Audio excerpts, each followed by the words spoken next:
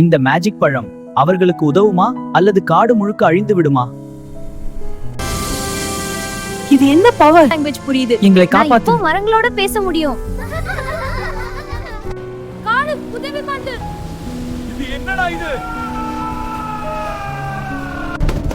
இந்த காடு சாபப்பட்ட இடம்.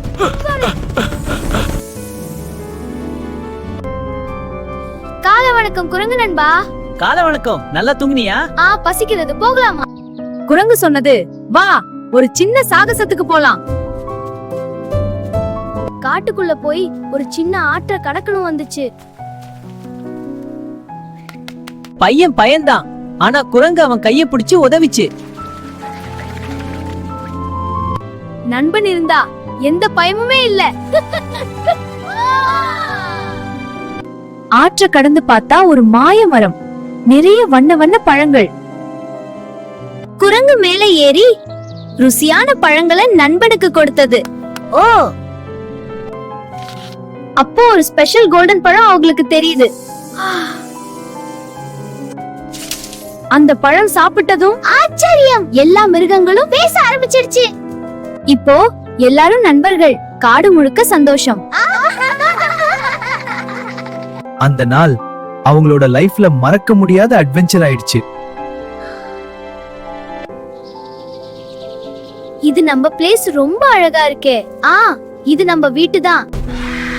என்ன சத்தம் இது? அது மனிதர்கள் மரங்களை வெட்டுறாங்க. என்ன சத்தம் இது?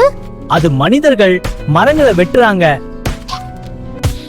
அவர்கள் எல்லா மரங்களையும் அழிச்சிடுவாங்க. அப்போ நாம் ஏதாவது செய்யணும். நாம் எல்லாரும் சேர்ந்து அவங்களை நிறுத்தலாம். நான் மேல இருந்து பார்த்து சொல்றேன், நம்ம காடு காப்பாத்தலாம். இந்த மேஜிக் பழம் அவர்களுக்கு உதவுமா அல்லது காடு முழுக்க அழிந்து விடுமா? இது என்ன பவர்? எங்களை காப்பாத்து, நாங்கள் உயிரோடு இருக்கணும். உனக்கு இப்போ நேச்சர் லாங்குவேஜ் புரியுது. நான் இப்போ மரங்களோட பேச முடியும். ஸ்டாப், இந்த மரங்களை வெட்டாதீங்க. இது எங்களோட வேலை, நீங்க போங்க. காடு உதவி பண்ணு. இது என்னடா இது?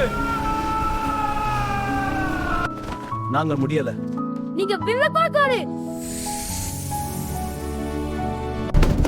இந்த காடு சாபப்பட்ட இடம். நீங்க நம்ம காப்பாத்திட்டீங்க. நீங்க ஹீரோ. நம்ம காடு நாம காப்பாத்தணும். Nature friend.